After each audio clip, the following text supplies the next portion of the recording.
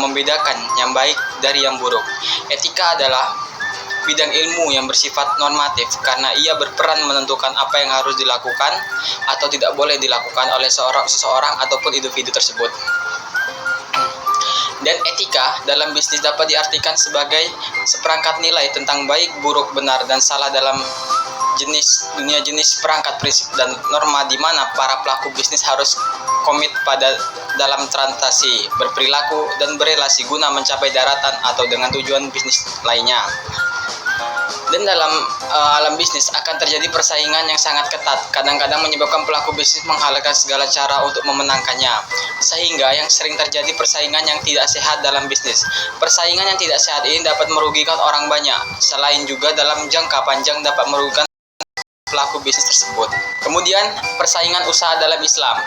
Dalam semua hubungan, kepercayaan adalah unsur dasar. Kepercayaan diciptakan atas dasar kejujuran. Kejujuran adalah satu kualitas yang paling sulit dari karakter yang dimiliki oleh seseorang di dalam dunia bisnis. Selagi kita muda kita diajarkan, di dalam tiap-tiap kasus ada kebajikan atau hikmah terbaik. Kebanyakan dari kita di dalam bisnis mempunyai satu misi yang terkait dengan rencana-rencana. Kita mengarahkan energi dan sumber daya kita ke arah tujuan keberhasilan misi kita yang kita kembangkan. Sepanjang perjanjian-perjanjian, para pemberi kerja bertanggung pada karyawan, para pelanggan pihak sekarang tergantung pada pihak terdahulu, dan ini akan berlangsung secara terus-menerus. Oleh karena itu, kita menemukan bahwa bisnis yang berhasil dalam masa yang panjang akan cenderung untuk membangun semua hubungan atas mutu, kejujuran, dan berinteraksi dengan orang-orang yang jujur dalam melaksanakan strategi bisnis. Sebagaimana firman Allah yang artinya, dan inilah yang menjadi salah satu kunci kesuksesan Rasulullah dalam berbisnis. Dalam dunia bisnis, kepercayaan sangat penting. Artinya, tanpa didasari atas rasa saling percaya, maka transaksi bisnis tidak akan bisa dilaksanakan. Akan tetapi, dalam dunia bisnis juga kita dilarang untuk terlalu cepat percaya pada orang lain, karena hal ini rawan terhadap penipuan. Maka kita dianjurkan untuk melihat track record lawan bisnis kita sebelumnya. Dalam ajaran Islam, setiap muslim yang ingin berbisnis maka dianjurkan untuk selalu melakukan persaingan yang sehat, jujur, berperilaku baik, simpati, dan adil. Kemudian yang kedua ada melakukan persaingan yang sehat, di mana baik itu dalam bentuk tidak diperbolehkan menawar barang yang sedang ditawar oleh orang lain, tidak diperbolehkan membeli barang pedagang yang dari kampung yang belum tahu harga pasar, tidak diperbolehkan pula pura-pura menawar barang dengan harga tinggi untuk mengelabui pembeli yang lain. Hal ini telah ditegaskan dalam firman Allah. Selain itu juga berbeda dengan sistem kapitalisme dan komunisme yang melarang terjadinya monopoli. Di dalam ajaran Islam, siapapun boleh berbisnis tanpa peduli apakah dia satu-satunya penjual atau pembeli, asalkan dia tidak melakukan ihtikar, yaitu mengambil keuntungan di atas keuntungan normal dengan cara menjual lebih sedikit barang untuk harga yang lebih tinggi, atau dalam istilah ekonomi monopoli. Itu sangat dilarang oleh. Kemudian yang ketiga ada kejujuran. Sebagian dari makna kejujuran adalah seseorang pengusaha senantiasa terbuka dan transparansi dalam jual belinya. Dan dengan bersikap jujur, bisnis menjadi berkembang, karena itu jujur menjadi daya dorong yang sangat kuat bagi pelaku bisnis untuk meraih kesuksesan dan keuntungan. Banyak sekali dalam dunia bisnis karena sifat jujur yang mereka miliki. Hal ini telah ditegaskan oleh firman Allah surat Al-Ahzab ayat ke-70 yang artinya, hai orang-orang beriman, bertakwalah kamu kepada Allah dan katakanlah perkataan yang benar. Secara syariat, bahkan dalam ajaran agama apapun, selalu menganjurkan kejujuran dan melarang kebohongan. Jadi, dengan jujur berarti pula kita sudah patuh kepada agama yang kita yakini dengan ridho Allah Subhanahu wa Ta'ala. Kejujuran insya Allah mendatangkan nikmat dan keuntungan besar dalam bisnis yang akan diselenggarakan. Untuk perilaku baik dan simpatik. Sifat inilah yang harus diterapkan dalam berbisnis, sekalipun itu kepada orang miskin. Kaum muslimin dituntut untuk berperilaku manis dan dermawan. Jika tidak mampu, paling tidak memperlakukannya dengan kata-kata yang baik dan sopan dalam pergaulan. Kaitannya dengan dermawan tentunya tidak lepas dari penurunan hati. Terkadang, setelah mendapatkan kesetiaan pelanggan, hal itu cenderung digunakan untuk mendapatkan keuntungan yang lebih besar. Nauzubillah min dzalik. Kalau kita melihat dari praktek Nabi sendiri, beliau selalu menjaga diri dari sikap pembohong dan pemanfaatan konsumen. Selain itu juga mementingkan pada peningkatan hubungan jangka panjang dengan para pelanggannya, bukan profit oriented sehingga profilnya lebih banyak. Selanjutnya yang B yaitu etika persaingan dalam bisnis Islam, yang dimana persaingan berasal dari bahasa Inggris yaitu competition, yang artinya persaingan itu sendiri atau kegiatan bersaing, pertandingan dan kompetisi. Sedangkan dalam kamus manajemen, persaingan adalah usaha-usaha atau lebih perusahaan yang masing-masing bergiat memperpesan dengan menawarkan harga syarat yang paling menguntungkan persaingan di beberapa bentuk, pemotongan harga atau promosi, variasi dan kualitas, kemasan, desain, dan segmentasi pasar. Yusuf Qaradawi memberikan patokan tentang norma-norma atau nilai-nilai syariah yang harus ditaati dalam perdagangan para pedagang muslim dalam melaksanakan kegiatan perdagangan. Yang pertama itu menegakkan larangan memperdagangkan barang-barang yang diharamkan. Yang kedua, bersikap benar, amanah, dan jujur. Ketiga, menegakkan keadilan dan mengharamkan bunga. Yang empat, menerapkan kasih sayang dan mengharamkan monopoli. Yang kelima, menegakkan toleransi dan persaudaraan. Yang paling terakhir yaitu berpegang pada prinsip bahwa perdagangan adalah bekal menuju akhirat. Mengacu praktek kehidupan pasar pada masa Rasulullah Shallallahu Alaihi Wasallam dan sahabatnya, Ibnu Taimiyah menyatakan bahwa ciri khas kehidupan pasar yang Islamiyah adalah yang pertama, orang harus bebas keluar masuk pasar. Yang keduanya, adanya informasi yang cukup mengenai kekuatan-kekuatan pasar dan barang dagangan. Yang ketiga, unsur-unsur monopolistik harus dilenyapkan dari pasar. Kolusi antar penjual dan pembeli harus dihilangkan.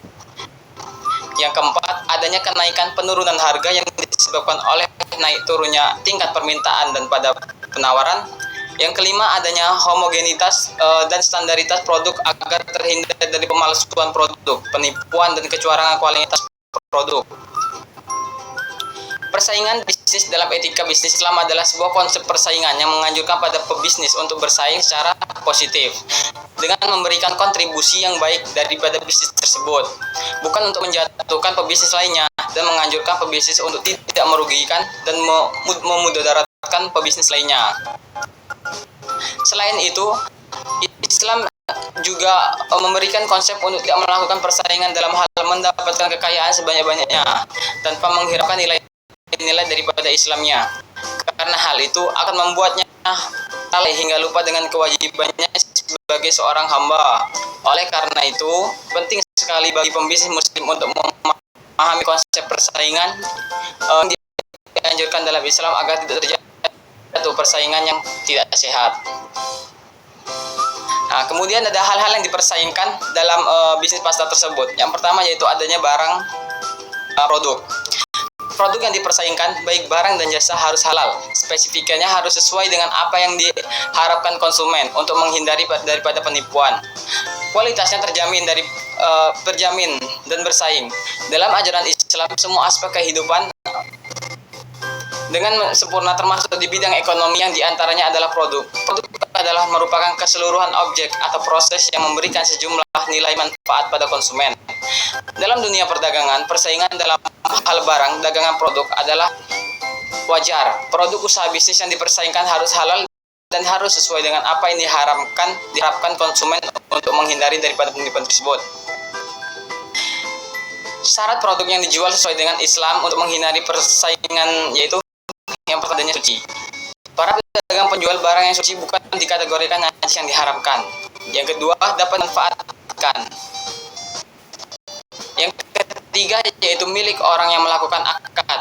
Barang yang dijual oleh para pedagang adalah milik dari pedagang yang sah dan kuasa penuh dari pedagang, bukan barang dari hasil pencurian atau kejahatan semata. Yang kelima, dapat diketahui, yaitu barang yang diperjualkan oleh pedagang dapat diketahui oleh pembeli bentuk, takaran, sifat, dan kualitas barang tersebut. Kemudian ada harga. Bila ingin memenangkan persaingan, harga produk harus kompetitif. Dalam hal ini dapat diperkenakan membanting harga untuk menjatuhkan pesaing. Harga biasanya merupakan salah satu yang sangat dipertimbangkan oleh konsumen pada saat akan membeli suatu barang. Yang baik adalah persaingan bebas, artinya harga ditentukan oleh permintaan dan penawaran. Mekanisme pasar yang sempurna adalah kekuatan pasar yang bersifat bersifat massal dan impersonal yang merupakan fenomena alamiah. Pasar yang bersaing sempurna dapat menghasilkan harga yang adil bagi penjual dan pembeli. Karenanya, jika mekanisme pasar terganggu, harga yang tidak adil dan tidak akan tercapai. Demikian pula sebaliknya, harga yang adil akan mendorong para pelaku pasar untuk bersaing dengan sempurna. Jika harga tidak adil, maka para pelaku pasar akan enggan bertransaksi atau kalaupun bertransaksi, mereka akan mengganggu kerugian.